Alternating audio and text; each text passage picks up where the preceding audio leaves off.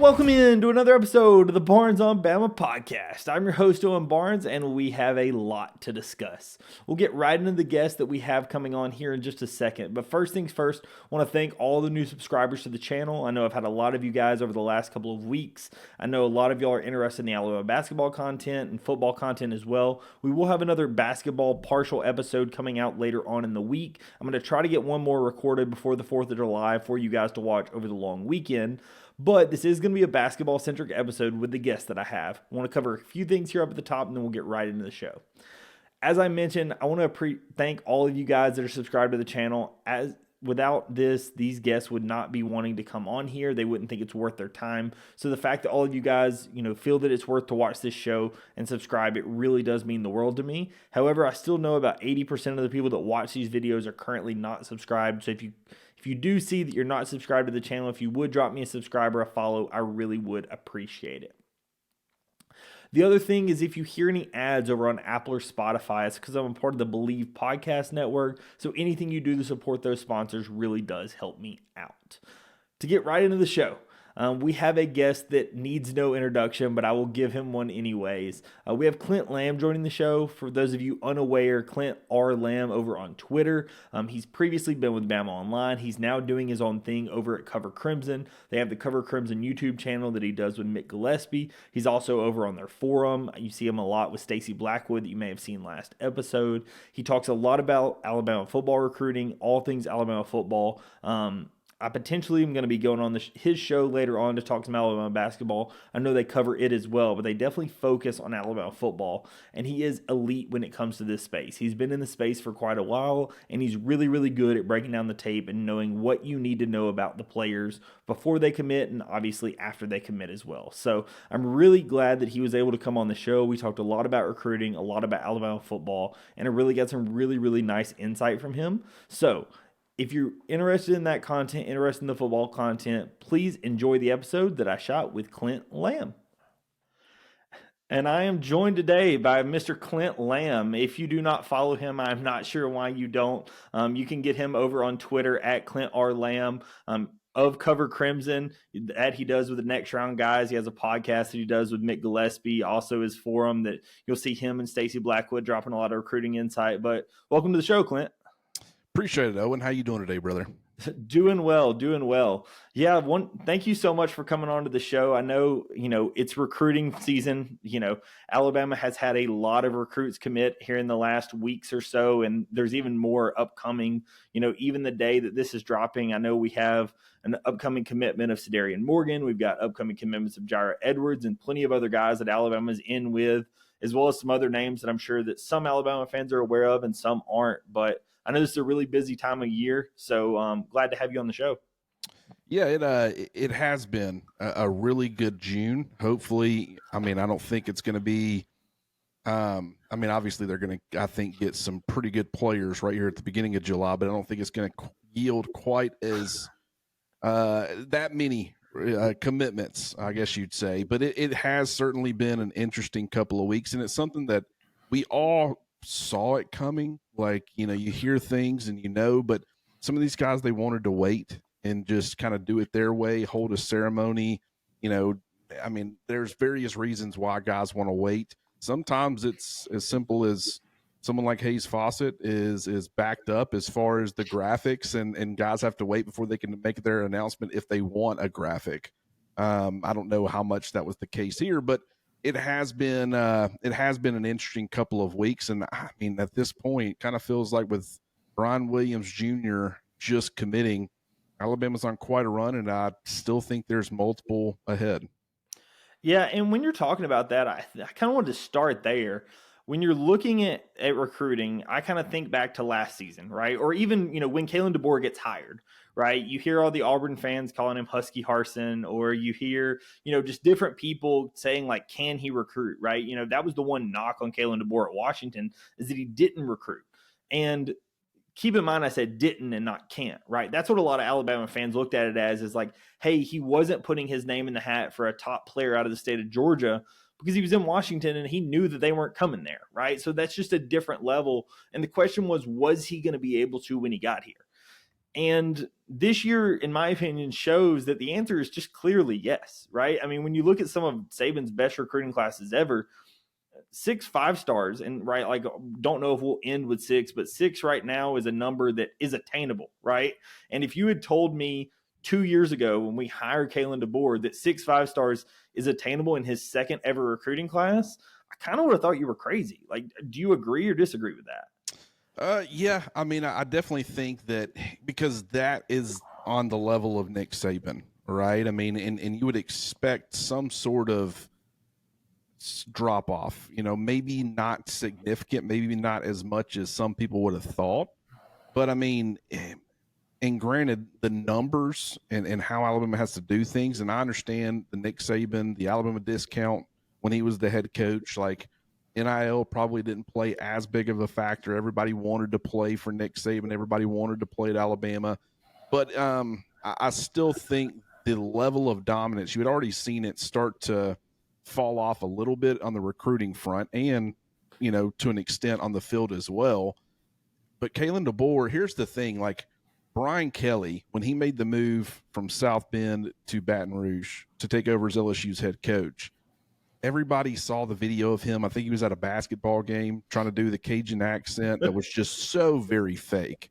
And this is not me trying to take a shot at Brian Kelly, but one thing, it's like Kalen DeBoer is able to build relationships, and his staff is able to build relationships, and you've now got the Alabama brand at your back, and he's authentic. Like, you're never going to see him in a situation where you're questioning, is that a fake Cajun accent, or is he faking a Southern accent right now? Like, you would never say that about Kalen DeBoer. I think his ability to develop relationships with people, and the fact that a lot of people understand that, whether it be families, whether it be the recruits themselves, he's going to do his best to look out for you once you get to Alabama. And he's going to do what's in your best interest. Just a very good relationship builder. And I think that's made all the difference in the world when it comes to Alabama's recruiting. Yeah, and I believe I remember seeing you on Next Round talk about this. Do you think that there's also some impact when you're looking, in these newer recruiting classes, that the house settlement, right? Because when you're talking pre-house settlement, the numbers that some people were offering was just wildly different than what other people were offering. But now when you're looking at these house settlement numbers, I don't want to say it completely even the playing field, because there's still the haves and the have-nots. But for the haves, it kind of set a baseline for, like, now when you're offering somebody, the numbers are a little more even. And so if the decision is close, it really can be on relationships, right? I've seen some people tweeting like recruiting feels like old school recruiting now, because, like, whether you want to say people were getting paid prior, yeah, I'm sure there was money changing hands that nobody wants to talk about, right? But it still was about relationships when you think back, in Nick Saban's heyday of recruiting. Yeah, and I mean, I'll say this, like, if Alabama, they take care of their own when it comes to the NIL front, they are certainly going to be competitive with some of their offers, but they're not getting into bidding wars with people. So even prior to this house settlement, it's like if someone went to Alabama, and I understand everybody wants to accuse everybody, like the only reason you're getting good players is because you're paying them a lot of money. And so the fact that Kalen DeBoer is still getting Alabama good players post Nick Saban, and everybody thought it would fall off, well, it's only because Alabama's paying them a lot of money. I'm telling you right now, the money is not, I think it's a lot healthier than a lot of people realize as far as the NIL. I just don't think it's to a point where you can do what some of these other schools can do with all these various recruits. And so, I mean, do I think Xavier Griffin got a solid NIL deal from Alabama? Yes, I do. I think that was going to play somewhat of a factor in his recruitment. A guy like Jalen Mbakwe, when he went into Alabama's office this offseason, and there was some concern about him potentially transferring. I don't know what happened. Maybe his NIL didn't increase at all, or maybe it did. What I will tell you is they didn't pay seven-figure money like another school was going to. And what Alabama offered Xavier Griffin was not what USC offered Xavier Griffin. And so even before the house settlement and everything, it was still about developing relationships if you can be competitive on that front. If you trust somebody, then you're willing to take less money to go play for them. And I think that has been a key element of, this recruiting cycle, or especially with his coaching staff, I guess it really doesn't matter the cycle, but you're starting to see that theme, and you're also seeing that theme when it comes to nobody transferring out, for the spring portal. There is a trust there, and so I think that's certainly paying dividends. Yeah, and for a lot of people that watch my show, I know I focus a lot on basketball, and that's part of the reason why I'm bringing you on, just because I know you cover football a lot more closely than I do. It rings true kind of to what we're hearing over in the basketball front with Nate Oates, right? Like, these are some of the same things you're hearing. It's like, if you can trust the coach, if you know that they have your best interest at heart. I'm not saying that we're ever going to be the highest bid person, right? But if we're going to develop you and have you ready to go to the next level, then that's where you're really going to make your money, right? Like, whether or not you make 150 grand or 200 grand in college isn't going to impact if you're a first round pick versus a fourth round pick, right? Like, these are very different things. And I think that that's what some of these players are starting to come to grips with. And I think that's some of the battles that you start seeing, especially when you're talking about these football battles, is a guy like Xavier Griffin, even if he's not going to make as much money at Alabama as he would potentially make at USC or Texas, right? If he sees the vision that the staff has for him and likes what that is and likes what that means for his future, then he could just say, hey, maybe I'm turning down an extra 50, 100 grand now, but I'm going to get that on the back end. That's 100% correct. And once again, Jalen Mbakwe is a perfect example of that, in the sense of he wanted to be at Alabama. He grew up an Alabama fan. He's best friends with Ryan Williams. There were some things that he wanted to address, whether it be, what side of the football he was playing on or whatever. But really, it wasn't until this lucrative offer that was far exceeding what he was making at Alabama mysteriously back-channeled its way to him before he started even contemplating leaving. And when the money gets to be that big of a difference, it's like, man, this is where I want to be. But I mean, to an extent, that's life-changing money. So, when you start talking about, okay, I think Alabama may have gotten closer to that number. I don't think it's anywhere close to seven figures, though. So it's like you get it to a point where they're willing to walk away from that much money because you're where they want to be. Now, if I came to you right now, I don't know what your 9-to-5 job is, but whatever it is, if I came to you and I say, hey, I'll pay you 7x what you're making right now, I don't really care how much you love where you're at, how much you love your bosses or don't love your bosses. You're going to, at bare minimum, think about it, and you're probably going to leave because it's the same work, and you're getting paid 7 times the amount that you were getting paid at your current job. So it's like, when it becomes that crazy, and that's what I didn't understand about why people were upset at him, because it was a lucrative offer. But Alabama right now, they're very smart in how they're targeting certain positions. They've got allotments to the different positions. They're being very NFL-esque when it comes to how they want to build the roster and all those things. And they will get in a competitive range with a lot of the other programs or schools that are pursuing a guy, but they're not going to get into a bidding war where it's like, hey, they paid me, $400K. Are you willing to pay 401? And then you go back to them and are you willing to pay 402? Like, they're not playing that game. And a good example of that, I think, is Ty Haywood. They decided to walk away from a 5-star offensive lineman who I'm sure Alabama fans would have wanted to have had, but what would it have cost you?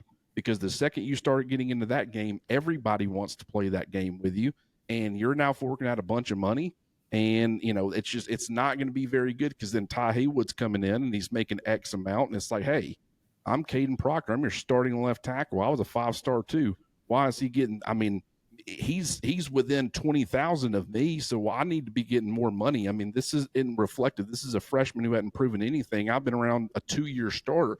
You start playing those games and it gets rough real quick. And so I think they've been very steadfast in their approach. They're not going to deviate from it. And I think that between the relationship building, the fact that they are known for being able to develop guys, and the fact that they are competitive where they need to be on the NIL front, I think that's making them quite successful on the recruiting trail. This sounds just so similar to what I'm hearing over on the basketball side, because those exact same things is what I hear every time, when you hear, oh, this transfer is getting X amount of dollars. And, a lot of those numbers, and this is something that I'm sure Clint's talked about and we talk about a lot, do not believe the numbers you hear. Because in some cases, these are agents going to reporters and saying, hey, my person's making X amount of dollars. And the problem that sometimes comes into is, even if, let's say, Alabama did land a Ty Haywood, right? And Ty Haywood was going to be making $250,000, is how much he truly was actually going to be making. And Caden Proctor was making $500,000. So they weren't actually on the same level. But if his agent comes out and says, my client's making $450,000, now Caden Proctor is mad that he's not making enough money, even though Ty Haywood's not making as much as the agent said he was. But all it is public perception at that point. You're seeing a lot of that, and it comes to college athletics, and a lot of that's because these agents aren't always vetted, and there's a variety of reasons, and sometimes reporters are, love you guys to death, but sometimes some people have a little more loose lips and will listen to what that agent tells them and don't just run with it as fact. But these are things you're seeing in college athletics where star players and just players on a team are getting upset about numbers that aren't even fact. Such a great point. And what I want to point out to people is, would that agent have any incentive to inflate those numbers? Because I just got Ty Haywood, who hadn't played a snap on the college level yet. I've got him in the same ballpark as a starting 2-year starter at left tackle in the SEC at a program like Alabama. Offensive tackles are going to be giving you a phone call and saying, hey, I want you to represent me. Can you get me that? Now, here's the thing. Then you got to actually deliver, and you're not really getting those numbers. But once you've got them on the hook, you can come up with 1,000 reasons of why it's different. And, I'm sorry I wasn't able to get you this much money, but I'm telling you, this is the absolute best. You aren't going to. And then once they're your representation, I mean, what I haven't heard, and I don't know how common it is, but how much guys are leaving some of these agents and they're making switches and stuff. Like in the NFL, if someone switches an agent and they're a big name player, that kind of makes news. I don't even know if that's happening at all or if it's very prevalent, but either way, probably a lot of these guys like, hey, if I can just get them on the hook, they'll stay on the hook. They're a catch. So yeah, there's way too much incentive to inflate the numbers. And that you're 100% correct. That's a massive problem. I think with Alabama's coaching staff, and I say coaching staff, that extends to Morgan, is they bring those players back down to earth, but they do it in a very disarming way, right? Where it's like you trust what they're saying. Courtney Morgan, I don't know. I kept wanting to call him CD Morgan. That was Courtney Morgan is included in that, but that is a huge problem right now in college football. And I think Alabama's staff is doing as good of a job as anybody is kind of managing those waters for sure. And I know it's not who you were talking about, but that's a pretty good segue. I wanted to ask you a little bit about Cedarian Morgan. Obviously, Alabama has landed a few 5-stars already from the state of Alabama.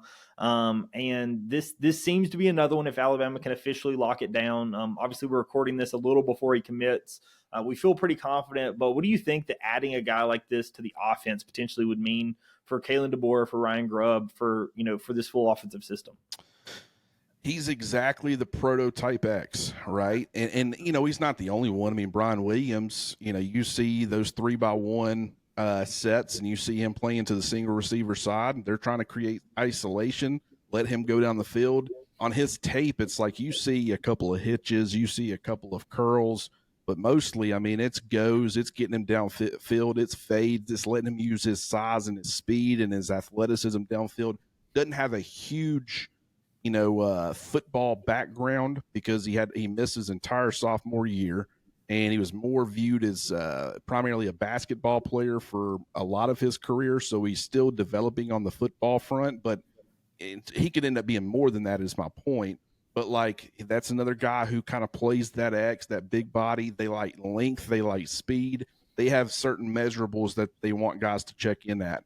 But Cedarian Morgan is all of that on steroids. It's incredible just being 6'4", 220 pounds.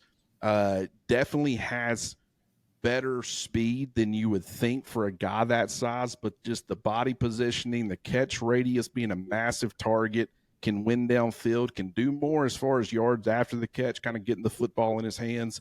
Just a very special talent. And I think with Alabama's wide receiver room, I mean, it was in good shape. Like, Jeremy Bernard is the only one who technically for sure won't be back in 2026. Now, Isaiah Horton could end up leaving. You do have the transfer portal. You got to kind of navigate that or whatever. But I just don't think wide receiver, they were looking for very specific guys. And I think that they found that. And I think that they got developmental players who aren't going to be coming in with like super high expectations as far as immediate playing time, viewed more as like, hey, let us develop you and we can turn you into something special. And then you've got that one just superstar in Cedarian Morgan who is going to come in and immediately compete for playing time. And just he provides an element for your offense. Now, it's an element that they now have. They didn't have it last year, but that's the size. But just, I mean, we saw Rome Odunze being that big possession, but can do way more than just the possession side of its stuff in Washington's offense under Kalen DeBoer and Ryan Grubb. This is the style of player that fits that, and I think he's got superstar potential. One of my favorite gets for Alabama should they land him tomorrow. And for me personally, this kind of calls to mind something that, obviously I'm not trying to tell Nick Saban how to do his job. He won all those national titles for a reason, but this was something that I felt like was lacking in some of our receiving cores for Nick Saban. It was just that extra size, right? People will point to a Julio Jones, and yeah, we did have a couple, right? But we didn't consistently have that bigger target out wide. A lot of it was just elite route runners and a guy like Jerry Jeudy or, those twitchy guys that were in that 6', 6'1" range. You didn't really have the 6'3", 6'4" receivers, maybe to a lesser extent, but like even a Mike Evans, right? When Mike Evans destroyed us at A&M, right? We never had that bigger receiver that could just go up and get the ball. And that's something that I feel like you're getting with Cedarian Morgan. You have it a little bit now with Isaiah Horton, but like these are the kind of guys that Alabama is going after now that for me as an Alabama fan, I like to see. Obviously, again, I know it wasn't the style that Nick Saban tried to run, but I love seeing that on the offense. Yeah, I mean, you can clearly look at how Alabama recruited that position under Nick Saban and what they coveted versus what Kalen DeBoer and his coaching staff covets. Like, there's a very clear line. Obviously, you want as talented of players as you could possibly get. And I mean, Nick Saban, he did recruit Isaiah Horton. So it wasn't that he wouldn't recruit size. It's just, I think, priority. It was about I mean, you got to think like Tua Tagovailoa. Like when the rideouts were coming through, you wanted precise route runners. You wanted guys who could generate yardage after the catch because your quarterback was so precise and with ball placement that you always were going to give those guys opportunities to create that yardage after the catch. And that's something that I think Alabama, that like they had some of that this past season as you're going through this transition, but they didn't have a quarterback who could put the ball in a place for them to generate a lot of yardage after the catch. Like, I think that was kind of hindering the offense a little bit. Number of different things were, but that's one that I think contributed. With Kalen DeBoer and what they're recruiting now, I mean, it's pretty obvious they want length, they want size, they want ball winning ability, they want the speed because they like pressing vertically. Like Rome Odunze was not an underneath option. He's going to go up and win those 50-50 balls, those contested catches down the field. That's exactly what a lot of these big body receivers they've been targeting. But you look at Brian Williams, you look at Owen Cable, you look at Cedarian Morgan, you look at Derek Meadows this past season, Isaiah Horton out of the transfer portal. Like, it's not a coincidence that in just pretty much a 2-year period, you've gone from having one style of receiver to having a very different. Now, the Lazier Brooks, you're still going to go after that guy, and he's going to be different, and you're going to do different things with him. But he has, he's one of those guys that kind of you can ignore what you're looking for at the position if a guy fits everything else. And I just think Lazier Brooks, he's such a special talent that they were going to take him all day, every day. But a guy like Caleb Cunningham, more of a big body guy, certainly not as big as some of these other guys we've been talking about, but he was kind of that ball winning X. They lose a commitment from him, and then they turn their attention to Derek Meadows, who is 6'6" and has a lot of those traits as well. So Yeah, it has been interesting to see how the wide receiver prototype has evolved in this offense, but it's also been a lot of fun, and I think it's going to be very effective starting this season with Isaiah Horton. Yeah, so that actually brings me to one of the questions. I put some questions out over on Twitter, asked some friends, and one of the questions that I thought was a good one, and I think it's a very stacked room, but who do you think the wide receiver 4 is, right? I think the top 3 are pretty obvious, right? You got Ryan Williams, you got Jeremy Bernard, you got Isaiah Horton. Who do you think number 4 is? I know Lotzir Brooks is a name that a lot of people are really high on. Cole Adams. There's plenty of names that go in that 4th spot, but who is Clint Lamb's number 4 guy? Rico Scott for me. And I've heard so many good things, and you've heard players hint at him, like they've been asked, former players, who's standing out, who's somebody that's, developing behind the scenes. And Rico Scott's been a name that's popped up a couple of times, but it's been more so the people that I've talked to behind the scenes. And it's been even some people texting and saying, hey, you need to be talking about Rico Scott more. Like, it's a good wide receiver room. Like Jalen Hill, certainly in that conversation. Cole Adams, Lotzir Brooks, like Jalen Mbakwe, what's his role going to look like after moving from defensive back? A lot of potential players for that wide receiver 4, and I do think Jalen Hill is really in that conversation too. As he's gotten healthy, the coaching staff really likes him. They kind of need a second X, to rotate in with Isaiah Horton. Jalen Hill, despite the fact of not having that kind of size, he's one of those 6'1", 190-pound styles of player. He has some ball winning ability downfield, can get vertical, go up and get it, which is what he did as a freshman against Ole Miss on that Jalen Milroe touchdown to start the second half. But, just Rico Scott, he can play the Z, he can play inside at the H.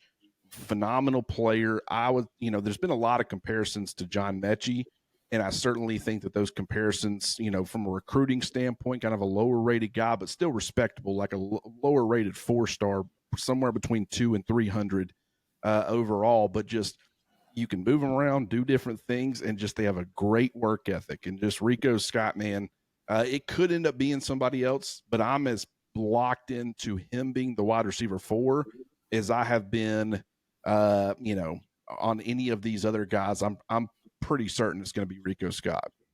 That's great news to hear. I know that was a name that I actually heard mentioned when I talked to Nick Kelly earlier in the summer. Rico Scott was one of his names of players that might have a breakout season this season. And we'll finish with that question. But I got one more that I wanted to ask you kind of before we close out. The other thing, when you talk about recruiting, and I just wanted to know kind of what your thought process was. Last season, Alabama didn't really go after a ton of guys in state. And it was something that was pointed out over and over and over again.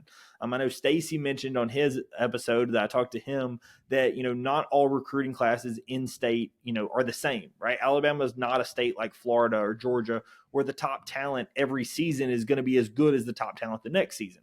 Whereas this 2026 class is a top-end talent elite class. We talked about Cedarian Morgan. Obviously, we've got Crowell. We've got plenty of guys that fit that mold. What do you think that's been the success of Alabama being able to have that success in state? Obviously, also being able to go into Georgia and land a ton of big guys there. But, the recruiting success in the South, where do you think that's come from over the past little bit? Does that relate back to just how relatable Kalen DeBoer has been and the fact that goes across boundaries? Doesn't matter if you're in South Dakota or in Alabama. That's just what it is, or do you think it's maybe something else? It's amazing what happens when you give a guy who is good at building relationships time to build relationships. I mean, and the way that I've put it to people is, when he was at Washington, who was going into the state of Alabama from the West Coast and stealing players out from underneath Nick Saban? Nobody. No. Who was going into the state of Georgia and stealing from the West Coast and stealing players out from underneath Kirby Smart? No one. So what was the point in establishing relationships and building all this camaraderie and pushing for these guys? Where they're going. They're going to Georgia. They're going to Alabama. I'm not saying every one of them, obviously. Ohio State, Tennessee, there's Florida. There's going to be other programs involved. But my point is it was very rare that a program like Washington was coming across country and stealing guys the other way. So he was behind the 8 ball when he got named the head coach. He hadn't, if they had gotten somebody from the South who was already recruiting the South, and that was kind of, then it would have been easier last year. But Stacy was also correct that not all classes are created equal. this class, in my opinion, in state is a lot different than last year's, but it was, in my opinion, more so on short notice. Just Kalen DeBoer didn't have time to do that. So now that he's had time to kind of build relationships with these guys, and his coaching staff has, and they're all phenomenal recruiters. They're all fantastic at developing relationships with these players. I mean, Mo Linguist is phenomenal at that. Jamarcus Shepard, I mean, he'll shoot you straight, but players love Jamarcus Shepard. They love the fire. Parents trust him. Everybody wants to knock on him for some reason, but Freddie Roach can establish relationships with people like, so this, really across the board, the entire staff can do it. And now that they've had time, that's led to much better in-state results and better results as far as the Southeast. And I only think that's going to continue. I mean, it's never going to go. The only way that doesn't continue is if something ends up happening with Kalen DeBoer and Alabama elects to go to the West Coast, get their next coach. Because, I mean, at this point, those relationships have been established. They're already working on 2027 as well. And, so that's kind of where they're at now. Absolutely. And those are the big things that I think that people just need to understand. And I kind of had an idea of what I thought your answer might be, but part of the reason why I have some of the guests on and I ask some of these questions, I want fans to realize that at the end of the day, the panic is sometimes just shouldn't be done as quickly as it is, right? We look at like our 24/7 rankings. I know Clint talked about it a lot, where 24/7 had us as like 58, back at the beginning of the summer. And, I believe you said like, hey, if we're at that second week in July, sure, maybe we'll talk then. And look where we sit now. We're back in the top 10 and, it looks like it's not going to stop, right? The reason we say these things and fans over and over and over can think that, oh, you're just sunshine pumping, is because at the end of the day, you have to pay attention to what the staff is doing. And in some cases, the staff is taking their time and, they're not going to be one of these staffs that has all 30 commits right now, or, maybe they're not going to take 30 commits. Maybe they're only going to take 24, whatever they're deciding, right? And just look at who they're going after. That's the other thing. Because when you talk about these 3 stars, right, like Clint's talking about how good a guy like Brian Williams fits in our system. Owen Cabell fits in our system. It doesn't matter if he's a 3-star. If you have a 6'3" receiver that has X, Y, and Z traits and they can be molded into what you need, then they're going to fit the system. I don't care if he's a 3-star or not. Like, he's a guy that can fit in our system. And so we want him, right? Like, I would rather have a 3-star that fits in my system than a 4-star that doesn't any day of the week, right? Now, if you're talking 5 stars, those are those undeniable talents you're talking about, that if you can get one of those in your class, in most cases, you want them there. But like, you have to understand that like the staff is going after a certain type of player, and that's on purpose. Yeah, it's 100%. Once again, and I also want to point out to people, do we think it's a coincidence that Alabama and Georgia have gone on runs at similar times in the month of June and stole all the headlines from everybody else and really generated some buzz? What's here in a couple of weeks? SEC Media Days. Alabama, should they get Jair Edwards? I think he's on July 5th is when he's scheduled to announce. They end up getting him. It'll be right before, only about 10 days, 11 days before SEC Media Days gets underway. And so I just think that's by design. And they're both doing it at the same time. I don't know. It makes a lot of sense because everybody was freaking out, but then you go on about a 2-week period where you cram most of your classes in 2 to 3 week period. And then you just start generating all the buzz and all the excitement. Then you hit SEC Media Days. Well, I mean, what's Paul Feinbaum, I believe he's been talking about Alabama's recruiting, right? I mean, it's been so good. In a lot of these places, they're like, I mean, just we never expected it. And it's happening is I think they're going about it a little bit of different ways, but it's headline after headline. And I think it's stacking right now. And I think that's been very beneficial for both programs. And right before it's time to shift focus back to on the field football, you'll see it kind of all cut off, and they'll have most of their classes in place after generating a lot of buzz and headlines over the last few weeks. If nothing else, what it does is it fills time, right? Because during the summer, people are, interested in these kind of things. And the fact that, our class is not fully built, people are still talking about it. You think about these classes that already have 30 guys in them, right? Not to say nobody's talking about them, but the buzz, like you said, the buzz just isn't there. And so to a degree that some of these things just matter, right? Like, USC was going crazy there for a minute. I haven't heard USC in a minute. What's that line from Fast and the Furious? Too soon, Junior. I mean, I think they hit the gas pedal a little too soon, and they generated some buzz. And everybody was like, "Man, USC's knocking it out of the park." And granted, where does their class stand? But I'm saying that right now, right before you get into football season, I just think it's a smarter way to go about it, where you get these things knocked out, but you just generate a lot of positivity, a lot of excitement. Like the fan base, any questions that the fans had about Kalen DeBoer last year and the fact that you lost to a couple of 6-6 football teams and a subpar Michigan team, I'm not saying those have been alleviated, and if you continue to do it, the fans will go right back to being not happy at all. But I'm saying that this buzz and this excitement, this positivity surrounding the program, this recruiting jolt certainly helps with that. So I think just the timing of it, there's a reason for it, and I think they're executing this plan to absolute perfection. All right, last question before I give you your time to shine. All right, I've asked all the people that have come on the show, and I've gotten different answers from everyone. I want to know who your player to watch is, and the answer may just be Rico Scott because he's a name that, But when I say player to watch, I don't mean obviously your starters last season, but a guy who's a little bit under the radar that you think is going to have a big impact. Rico Scott's a name I have heard. Stacy had Jeremiah Beeman. Obviously, we got tons of names that have been announced, but who is Clint Lamb's guy that Alabama fans need to keep an eye on for this upcoming season? Do you think he's either going to be able to play substantial starting minutes or just be able to have an impact that maybe some people aren't expecting?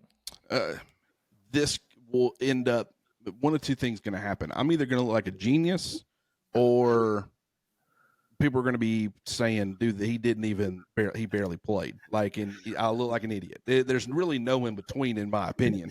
And for me, I mean, it's Daniel Hill. I like Alabama's running back room. I like Jam Miller there at the top. I think Richard Young has a lot of potential. Draylon Washington, I've said for a while, I don't think he was brought in as a transfer to ride the bench or become Alabama's running back 4 or 5. I liked A.K. Deer when he signed, and I granted seeing him in the spring, it's like, okay, I think he's a little bit further away from contributing than I thought he'd be. He's going to take a little time, which is totally fine, and it's normal. But Daniel Hill was one of my kind of forgotten guys. I was talking about Alabama's running back room, and I was not giving him the respect that he deserved. Now, granted, I did mention he's a talented guy. I think he could be kind of a Dimitri Flowers back when he played for Oklahoma, kind of an H-back tight end, running back, do different, goal line running back, do different things with him. The fact that he played tight end in high school, great at catching the football down the field, I did think he could end up being a Swiss Army knife, but I was not giving him enough respect at the running back position. And just, I do think Jam Miller is going to be Alabama's starter, but something that was said on the next round yesterday by Jim when I brought up Daniel Hill was, you're kind of describing a 2018 Josh Jacobs situation where he wasn't the starter, but he was kind of, every time he touched the football, he was viewed as Alabama's best running back. I'm not guaranteeing that that's going to happen with Daniel Hill. What I'm telling you is that I would not be shocked at all if he ended up being one of Alabama's top 2 or 3 running backs, leaning more 2 than 3, to be honest. And if he ends up being like a number 1, that wouldn't floor me either. But bare minimum, being the 2 or 3, and kind of every time he touches the football, Bama fans are coming away from a game saying, I mean, I just think Daniel Hill's the best snap in, snap out running back that Alabama has. Wouldn't shock me at all. So we'll find out. But I'll tell you, I didn't put enough respect on his name, and I'm more than making up for it now because I'm definitely on the Daniel Hill bandwagon. Well, I appreciate it. Like I said, those are the kind of takes that I'm looking for, right? I'm not looking for the easy takes, right? At the end of the day, somebody's going to be wrong. Whether it's me, whether it's you, whether it's somebody out there is going to be wrong. Somebody's going to say somebody's going to do really well and they're not, and that's going to be the case, and it's going to be okay, right? Those things happen every year, whether it's football, basketball, baseball. Every sport has it, so I wouldn't worry too much about that. But I appreciate that one. I'm going to definitely have to watch some more Daniel Hill tape because that's not one that I've seen that I've had circled here recently. So you're definitely one of the first ones that I've seen putting their foot down as kind of a line in the sand of this is what I think about this guy. Well, hey, I think he's a good player, man, and uh, I, I appreciate you having me on. This has been a lot of fun. I know you're a new channel and everything, and you're doing a phenomenal job. Great job, kind of playing point guard there. I know you're kind of new to it, but you're definitely a natural. Thank you so much. Yeah, I wanted to roll out the red carpet. I know I mentioned it up at the top, but please tell the people where they can find you if they are not following you already. So the YouTube channel, Cover Crimson, is where you can find Mick Gillespie and myself pretty much every day, every weekday at least. And then we have a message board community that we've been building and continue to grow. CoverCrimson.com. Would certainly appreciate everybody going over there and signing up, getting in on the conversations. Or if you want, you can just simply follow me on Twitter. I like to have a little bit of fun over there. Try to bring a good balance of, picking at other fan bases, trolling a little bit, snapping back at people, but also throwing a lot of information and things that, Alabama fans might find valuable as far as, the upcoming football season and recruiting and all that stuff. So at Clint R. Lamb, if you want to follow me on Twitter. Perfect. Thank you so much, Clint. And as always, everybody, if you are interested in that, I will have links to everything in the show notes. So everything he mentioned will be linked down below if you are interested in doing so. So for myself, it's Owen Barnes. For he's Clint Lamb. Thank you so much for joining the show, and we will catch you in the next episode. Peace.